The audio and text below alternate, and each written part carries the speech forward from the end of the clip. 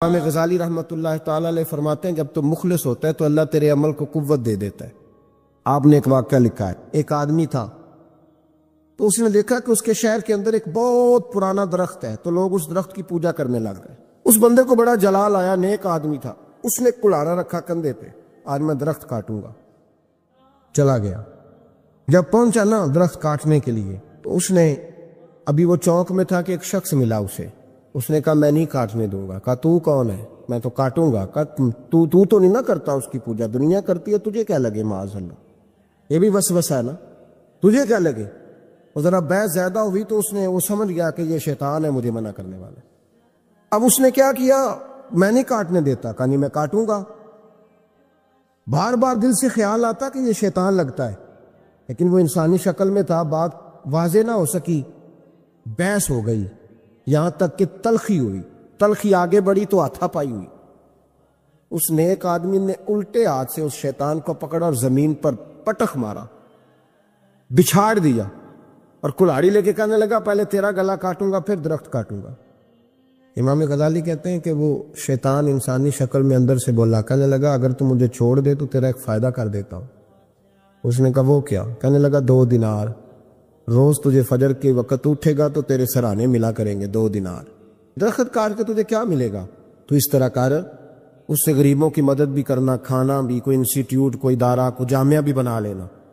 ہمیں چھیڑ کے درخت کاٹ کے، یہ بہت سارے لوگوں پہ حکومتیں ایسا کرتی ہیں، یہ مشورے دیتے ہیں مولانا آپ حکومت کے مسئلے میں نہ آئیں، آپ فنڈ لیں، آپ فلانا کام کریں، ادارہ بڑا کریں، آپ کو کیا لگے؟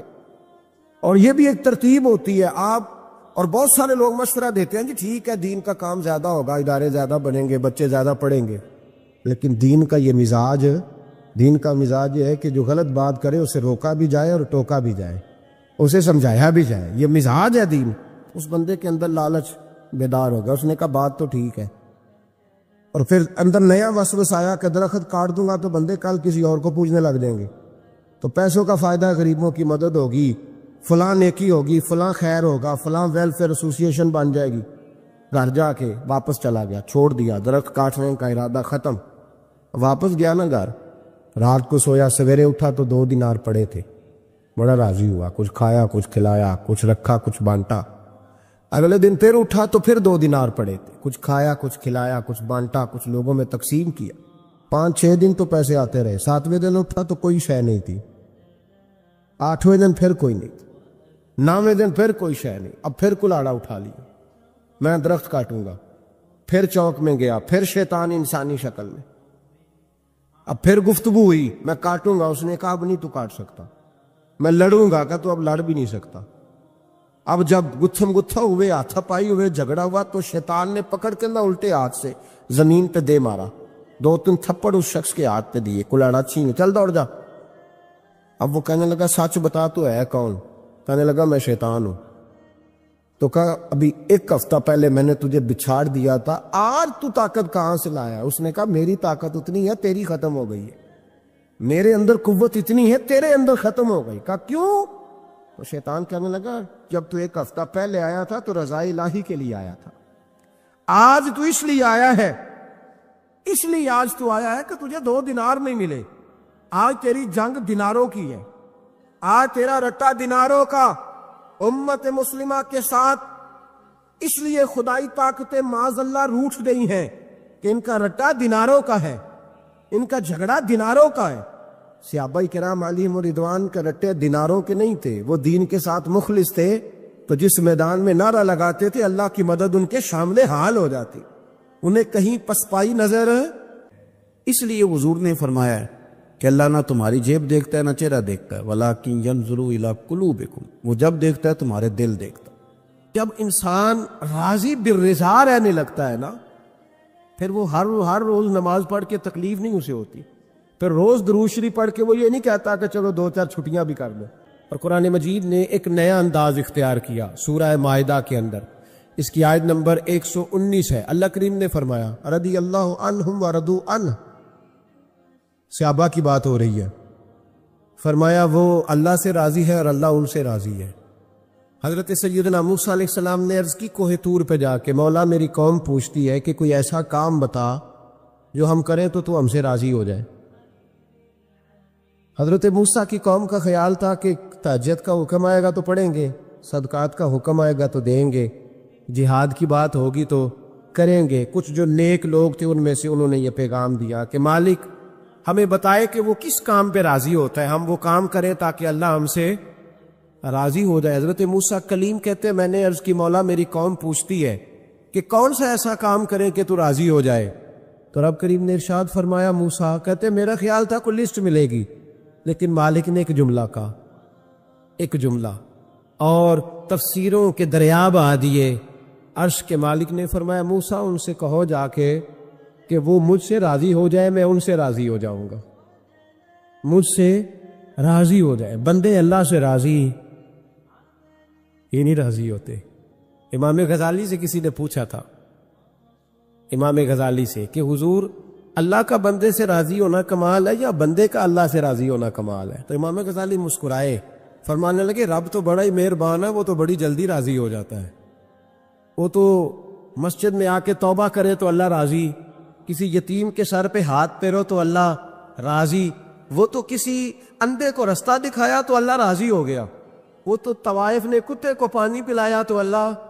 امام صاحب فرمانے لگے یہ بندہ ہے جو اللہ سے راضی نہیں ہوتا، جس کے پاس اولاد نہیں وہ کہتا ہے چلو ایک بیٹی مل جائے تو میں راضی ہوں، بیٹی مل گئی تو کہتا اب ایک بیٹا بھی ملے تو پھر راضی ہوں، پھر کہتا ہے یہ دونوں اچھی تعلیم حاصل کر لے تو پھر میں راضی ہوں، پھر کہتا ہے یہ بہت زیادہ پیسے کمائے تو پھر میں راضی ہوں۔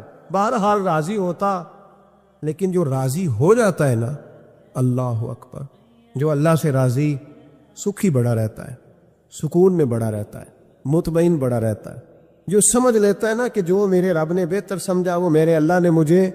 میں کبھی کبھی سوچتا ہوں کہ یار حضرت بلال حبشی نے کوئی عہدہ نہیں مانگا ساری زندگی، انہوں نے نہیں کہا مجھے بھی ایک صوبے کا گورنر بناؤ میری بھی خدمات ہے، مجھے بھی وزیر خزانہ بناؤ میرا بھی کچھ بنتا ہے۔ ایک دفعہ نہیں کہا سیدنا بلال حبشی رضی اللہ تعالیٰ عنہ نے کہ میری بھی کوئی ڈیوٹی ایسی ہونی چاہیے کہ مجھے چلو سپہ سالار ہی بنا دیا جائے۔ ساری زندگی مسجد میں جھاڑو دیا تو اسی پہ راضی رہے، ساری زندگی محبوب کے مہمانوں کا لنگر پکایا تو اسی پہ راضی رہے، ساری زندگی میرے محبوب علیہ السلام کے بچوں کی نوکری کی تو اسی پہ راضی رہے، راضی بالرضا رہے۔ حدیث پاک سنیے، نبی پاک علیہ السلام نے ایک دن صحابہ سے پوچھا کہ تم کیا سمجھتے ہو، اپنے دل کو جب پوچھتے ہو، دل پہ توجہ کرتے ہو تو کیا جانتے ہو؟ تو صحابہ کرنے لگے یا رسول اللہ جب ہم اپنے دل پہ توجہ کرتے ہیں تو ہم سمجھتے ہیں کہ اللہ نے ہمیں ایمان عطا فرمایا ہے۔ تو حضور نے فرمایا تمہارے ایمان کی دلیل کیا ہے؟ تو نبی پاک صلی اللہ علیہ وسلم نے صحابہ سے پوچھا کہ تم ایماندار ہو تو دلیل دو۔ تو بڑے خوبصورت تھے میرے محبوب کے تیار کردہ لوگ، عرض کرنے لگے یا رسول اللہ ایمان کی دلیل یہ ہے کہ اگر اللہ ہمیں نعمت دیتا ہے تو ہم شکر ادا کرتے ہیں، اگر کبھی مصیبت آتی ہے تو ہم صبر کرتے ہیں، اور یا رسول اللہ ہم اپنے رب کے ہر فیصلے پر راضی رہتے، ہم اپنے اللہ کے ہر فیصلے پر۔ اب حضور نے رزلٹ کا اعلان کیا تو میرے محبوب فرمانے لگے پھر سنو میں گواہی دیتا ہوں واقعی اللہ نے تمہیں دولت ایمان عطا فرمائی ہوئی، پھر واقعی اللہ نے تمہیں دولت ہے، اگر تم اپنے رب پر راضی ہو، اگر تم راضی ہو اس کام پر جس پہ اللہ نے تمہیں رکھا ہوا ہے، اللہ کی رضا پہ راضی رہے، اپنے آپ کو اپنے رب کی رضا پر۔ میرے نبی پاک صلی اللہ تعالی علیہ وسلم نے فرمایا کہ قیامت کے دن میری امت کا ایک گروہ ایسا ہوگا جسے اللہ تبارک و تعالیٰ اس طرح جنت میں پہنچا دے گا جیسے کوئی بندہ اڑ کے جنت میں چلا جاتا ہے۔ وہ جب جنت میں پہنچیں گے نا تو فرشتے ان سے پوچھیں گے تم نے حساب دیا؟ کہیں گے ہمیں تو پتہ ہی نہیں حساب کیا ہے۔ پل صراط سے گزرے، کہیں گے خبر ہی نہیں پل صراط کہاں ہے، تو یہاں کیسے آ گئے؟ کہیں گے اللہ کے فضل سے، اللہ کے فضل سے۔ تو کہا بتاؤ تو صحیح تمہاری نیکی کیا تھی؟ تو کہیں گے دو باتیں تھیں، ایک تو ہم اللہ کے حلال کو حلال جانتے تھے، رب کے حرام کو حرام جانتے تھے، اور دوسرا یہ تھا کہ ہم اللہ کے ہر فیصلے پہ راضی رہتے تھے، اللہ کے ہر فیصلے پہ۔ تو جو رب کریم کی رضا پہ راضی رہے پھر اسے کسی حساب کتاب کا سامنا نہیں کرنا پڑے گا، پھر اسے پل صراط کی دشوار گزار گھاٹیوں کا سامنا نہیں کرنا پڑے گا۔ شرط یہ ہے کہ وہ اللہ کی رضا پہ راضی رہے، وہ اللہ کے فیصلے کو بصیر و چشم مانے، وہ عاجزی اور انکساری کے ساتھ گردن جھکا دے اپنے مالک کے فیصلوں پر، جھکا دے۔ حضرت رابعہ بصری رحمت اللہ تعالی علیہ نا طبقہ صوفیاء میں ایک بڑی منفرد حیثیت رکھتی ہیں، علیحدہ ایک مقام ہے، اور ان کی زندگی بتاتی ہے کہ اللہ کی معرفت اور رب تبارک و تعالیٰ کا قرب صرف مرد کے لیے خاص نہیں، اگر عورت بھی توجہ کرے تو اللہ اسے بھی خزانے کھول کے عطا فرماتا ہے، اسے بھی اللہ خزانے کھول۔ حضرت رابعہ بصری اکثر نہ اولیاء اللہ کی مجالس میں جا کے بیٹھتی تھی، بیٹھتی پردے کے اندر تھی لیکن بیٹھا کرتی تھی۔ جو لوگ اس رستے کے مسافر ہوتے ہیں وہ بات کو سمجھتے ہیں کہ یہ گہرا معاملہ ہوتا ہے۔ حضرت رابعہ بصری بیٹھی تھی۔ حضرت سفیان ثوری بہت بڑا نام ہے، یہ وہ شخصیت ہے کہ جب جایا کرتے تھے تو اولیاء اللہ کھڑے ہو کے ان کا استقبال کرتے۔ بغداد میں اتنا بڑا درجہ تھا ان کا۔ حضرت جعفر بن سلیمان بھی بیٹھے تھے، سفیان ثوری بھی بیٹھے تھے۔ تو حضرت سفیان ثوری دعا مانگنے لگے، جناب رابعہ بصری پردے کے اندر بیٹھی ہوئی تھی، دعا مانگنے لگے، اے اللہ مجھ سے راضی ہو جا، اے اللہ مجھ سے راضی ہو جا، اے اللہ مجھ سے۔ دیر تک دعا مانگتے رہے تو بی بی صاحبہ، مائی صاحبہ اندر سے بول پڑی ناراض ہو کے، کہنے لگی بس کر سفیان، کیا دعا مانگ رہا ہے تو، کب سے میں سن رہی ہوں، بس کر۔ کیا ہوا، تو کیوں ناراض ہوتی ہے؟ فرمانے لگی سفیان تو نے ایک بار بھی کہا میں نے برداشت کیا، دوسری بار بھی کہا، بتائیے دعا ٹھیک ہے کہ نہیں ان کی؟ اے اللہ تو مجھ سے راضی ہو جا۔ اس دعا پہ ناراض ہوگی مائی صاحبہ، کہنے لگی تو نے ایک بار بھی مانگی تو میں چپ رہی، دوسری بار بھی مانگی تو اب تو چپ ہی نہیں کر رہا، بس کر۔ تو حضرت سفیان کہنے لگے چل میری اصلاح کر دے۔ تو مائی صاحبہ کہنے لگی تو یہ تو کہہ رہا ہے یا اللہ راضی ہو جا، یا اللہ راضی ہو جا، پہلے تو بتا تو اللہ سے راضی ہے؟ پہلے اپنے نفس پر نظر ڈالنا، تو راضی ہے؟ روز نہیں مانگتا کہ 2 کروڑ چاہیے، 6 کروڑ چاہیے انسان کا نفس، روز نہیں کہتا بڑی گاڑی چاہیے، روز نہیں کہتا میرے بھی ٹھاٹ باٹ ہو، میں بھی بڑی گاڑی میں کھڑے ہو کے لوگوں کو ہاتھ لہرا کے لیڈر بنوں، روز نہیں کہتا میرا بھی بڑا نام ہو، پہلے بتا نا تو راضی ہے؟ حضرت سفیان ثوری نے جب بات سنی تو جھگڑا نہیں کیا بلکہ اللہ اکبر کہا اور چیخ مار کے رونے لگے، کہنے لگے رابعہ تو سچ کہتی ہے، ابھی تو میں اس منزل تک نہیں پہنچا کہ میں رب سے راضی ہو جاؤں تو میں اسے راضی کرنے چلا ہوں، تو سچ کہتی ہے۔ قریب ہی حضرت جعفر بن سلیمان بیٹھے تھے، وہ بی بی رابعہ کے پاس گئے، کہنے لگے مائی صاحبہ مجھے تو بتا دے آخر بندہ اللہ سے راضی ہوتا کب ہے، یہ منزل شروع کب ہوتی ہے؟ تو آپ فرمانے لگی اس وقت کہ بندے کا جو حال نعمت ملنے پہ ہوتا ہے نا، جب وہی حال اس کا مصیبت آنے پہ ہو تو پھر سمجھو وہ اپنے رب سے راضی ہو گیا، پھر وہ اپنے رب سے بڑے خوش حالات میں بھی آؤ کہ اب حالات بڑے اچھے ہیں، ہم حاضر ہیں، کوئی حکم کرے، خدا را راضی بالرضا رہنا سیکھے۔ انس بن مالک رضی اللہ تعالیٰ عنہ کہتے ہیں 10 سال حضور کی بارگاہ میں رہا، 10 سال، اور 10 سال میں نے حضور کے گھر میں نوکری کی، کہتے ہیں نبی پاک نے کبھی مجھے اف تک نہیں کہا، کہتے ہیں میں نے ایک دن بڑا نقصان کر دیا، کوئی بڑی چیز مجھ سے ٹوٹ گئی، بڑا نقصان ہو گیا۔ تو فرماتے ہیں کہ نبی پاک صلی اللہ علیہ وسلم کی ایک زوجہ محترمہ مجھ پر جلال کرنے لگی، اور ان کا جلال بالکل بجا تھا، ان کا غصہ بالکل ٹھیک تھا، اس لیے کہ میں نے واقعی بڑا نقصان کیا تھا۔ کہتے ہیں وہ جب جلال کرنے لگی نا تو محبوب تشریف لائے، کیا ہوا؟ کہا یا رسول اللہ یہ دیکھیں اس نے کتنی بڑی چیز توڑ دی۔ تو کہتے ہیں اب میرا خیال تھا کہ یہاں سے بھی مجھے ڈانٹ پڑنی ہے اور پڑنی چاہیے بھی، اس لیے کہ میں نے آج بڑا نقصان کیا ہے۔ لیکن کہتے ہیں محبوب میرے قریب آئے اور میرے کندھے پہ ہاتھ رکھا، زوجہ جلال میں تھی تو محبوب نے کیا خوبصورت جملہ کہا، ساری سوچ ہی بدلتی۔ فرمانے لگے اس کو نہ ڈانٹ، اس چیز کا ٹوٹنا میرے رب کی رضا تھی تو چیز ٹوٹ گئی ہے، یہ میرے رب کی رضا تھی تو یہ چیز اب یہ غریب ہے، اس کا دل نہ توڑ، وہ ٹوٹ گیا، وہ جو ہونا تھا سو ہو گیا، اب چھوڑ، یہ میرے اللہ کی اس چیز کا اتنی دیر رہنا ہی ہمارے حق میں بہتر تھا، تو ٹوٹ گئی تو ختم۔ کہتے بڑا جلال تھا محبوب کی زوجہ کو، لیکن انہوں نے جب بات سنی تو پھر مصطفیٰ کریم کا گھرانہ، پھر حضور کی ازواج پاک، مومنوں کی مائیں، کہتے ہیں اسی وقت وہ بیٹھیں اور انہوں نے میری طرف بڑی شفقت کی نظروں سے دیکھا اور ان کے غصے کو میں نے پیار میں بدلتے دیکھا۔ بھائی یاد رکھو اللہ کی رضا.